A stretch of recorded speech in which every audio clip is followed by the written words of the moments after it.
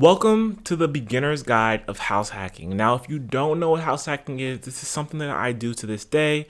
It's basically renting out the other units or the other rooms inside your home. So for example, I live in a duplex. I own a duplex and I rent out the upper unit of the duplex. Now the hack comes in, the other unit or the tenant or the roommate, whatever you want to call them, is partially paying down your mortgage, so you're not liable for the entire thing. In my case, the unit above us pays the entire mortgage, so I'm living for free because I'm house hacking. The reason I'm house hacking is to lower my monthly expenses, and the biggest expense that you can have is your housing. So if I'm able to lower my housing, I can then put more money towards my investments. I can then put more money towards my student loans. I can then put more money towards vacations. Or if I want to get a car, I can now have a car loan if I wanted to have one, because I don't have all this money going to housing. It just frees up a lot of your money, and that's why I was interested in house hacking. Starting out in your 20s, I want to really start building wealth because this is the best time to start doing it. And I saw,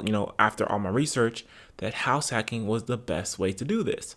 So we're gonna get into house hacking and why it's just beneficial and why I love it. And hopefully this is something that you guys might be interested in. Hopefully you can still find a house hack in today's housing market. So before you go and buy your house hack, before I bought my house hack, I had to know my goal. I knew my goal was to build wealth. I knew from 22 to 23 years old that I wanted to build wealth and I wanted to be wealthy and I wanted to have a great financial future. And I knew that house hacking was one of the keys to get there. How did I know that? From the podcast that I heard. People have recommended that if you go and buy a house, be sure that the first house you get is a house hack. And it has been super beneficial to have this, and I'm going to explain more why it's super beneficial later in the video. I had to know my goal. What is your goal in life? Your goal may not be to build wealth, and that's fine. If your goal is to build wealth, doesn't mean that you have to have a house hack. You don't have to have a house hack to build wealth, but it makes it so much easier because you have other people that are helping lower your housing expense. But then knowing that I'm not going to be living in a house hack forever. So the entire goal was to get a house hack, live in it for a few years, and then when I move out, I'll have 2 units that are renting, and then in turn the cash flow that I get from this duplex will then partially pay my mortgage on the next single family home. So this was a long-term play. In order for this goal to actually happen, I had to get my finances right. I had to work extra overtime shifts. I had to get another job. I had to save money automatically to my high yield savings account so I can have a down payment for this house hack. Once I found out where I was moving, I began to save like crazy. I already had a good amount of savings in my account, but I knew how much I needed to put down on a house. I knew how much I needed to put down on a duplex because I was studying the market. I became not a master of the market. You don't have to be a master. I just leaped. I took the leap and I started studying the market just to see how much I really need to save. And once I had that number, I began to save. I began to work more. I began to cut my expenses so I can get to the point so I can put the down payment plus the closing costs, any repairs. I mean, with the house hack, there was no fridge, there was no stove in both units. So when I moved in, I had to put down a down payment, plus buy the appliances for upstairs and downstairs, and then buy a washing machine. So there was a couple of things that we had to do, and there was a good amount of money that had to be saved. So I had to get my finances right. I had to budget. I had to save. I had to be consistent, and I had to be disciplined with everything in order to get to the point so I can buy this house hack, so I can really start building my wealth. So if you're interested in house hacking, you need to get your finances right because buying a house is not cheap. I mean, when it comes to the down payment, when it comes to the property taxes, the insurance, and the maintenance that comes with owning a house, it's a lot of money. So you need to get your finances together. And I promise you that if you get your finances together and you buy a good house hack in a good market for a good price, you will see the benefits of house hacking, just like I have. And then before you get into house hacking, you need to understand the loan game. You need to understand how loans work. You don't have to know every single thing about loans, but you need to know what kind of loans you need for a house hack. So for my house hack in particular, which a lot of people don't recommend, I use the FHA loan. I think it's a great opportunity for a young person or a new homeowner to get into a house if that's really your calling. I'm not saying you need to get into a house. I don't think that everyone should be in a house because houses take a lot of time. They take a lot of money.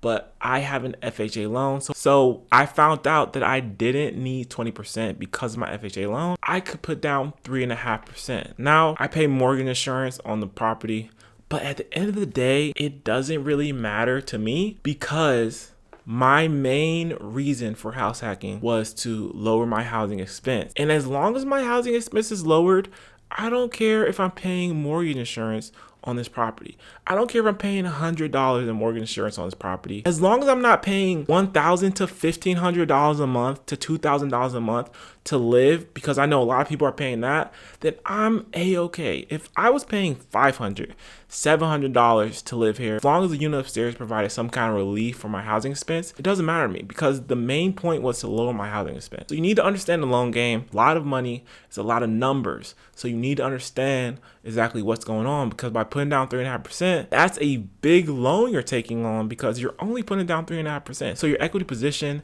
in the house is already not starting at a great place. So you need to understand your loan. Don't just jump into something. Be sure to research, and don't just do what I'm saying. Don't get into a house hack because I'm a supporter of it.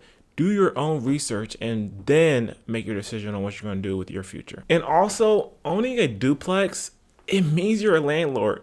Are you ready to be a landlord? Is this something for you?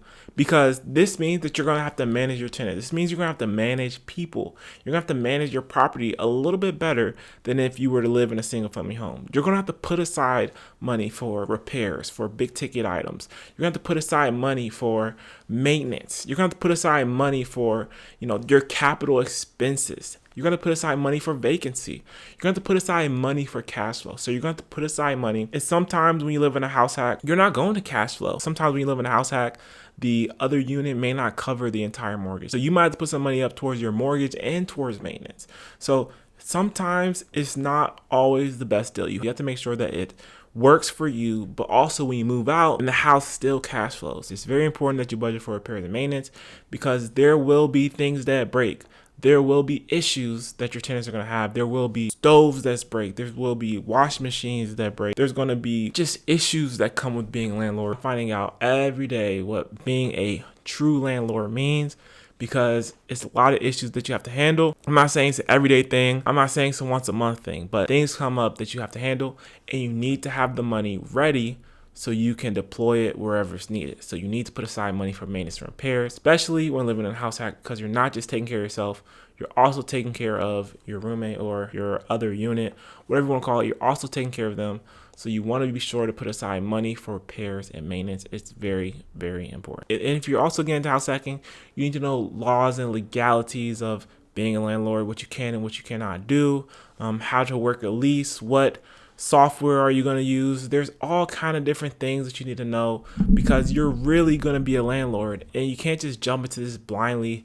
You have to make sure that it's something for you, because if not, you're not going to enjoy, you're not going to really benefit from house hacking if you're not into being a landlord, if you're not into managing yourself and other people. So you need to make sure that this is really something that you want to do, because you're going to be a landlord. There's going to be issues, and your tenant is right upstairs or right next to you, and they might just come down knocking on your door telling you what's going on, and you have to be ready to kind of jump into action and manage what you have to manage. So house hacking is a super positive thing for me, and I hope that you guys got something out of this video. And if you did, it's that house hacking is literally one of the best moves that you could possibly make, especially if you're a first-time homeowner. If you're able to afford a house hack, if you're able to afford a down payment on a house hack in your city, I highly recommend that you look into it and you probably pull that trigger, because it is a great long-term play. Like I said, if you live in your house hack for 3-4 years and then you move out and then you move to a single family home, you now have a rental. You might have a 4-family. You might have 4 units that can now pay for your mortgage. They can now pay for your mortgage or pay partially towards your mortgage, or the cash flow from those units can pay for a car, or they can pay down your loans, whatever you decide to do with it. You now have 4 units and you only put down 3.5%. Maybe you put down 10%. You don't have to put down 20% when it comes to FHA loan. Now, I'm not saying you should go out here and get an FHA loan, because a lot of times it might not make sense. But When I got this house in 2021, it made sense to me. It got me into this house with a little bit of money down, but it really transformed my financial future.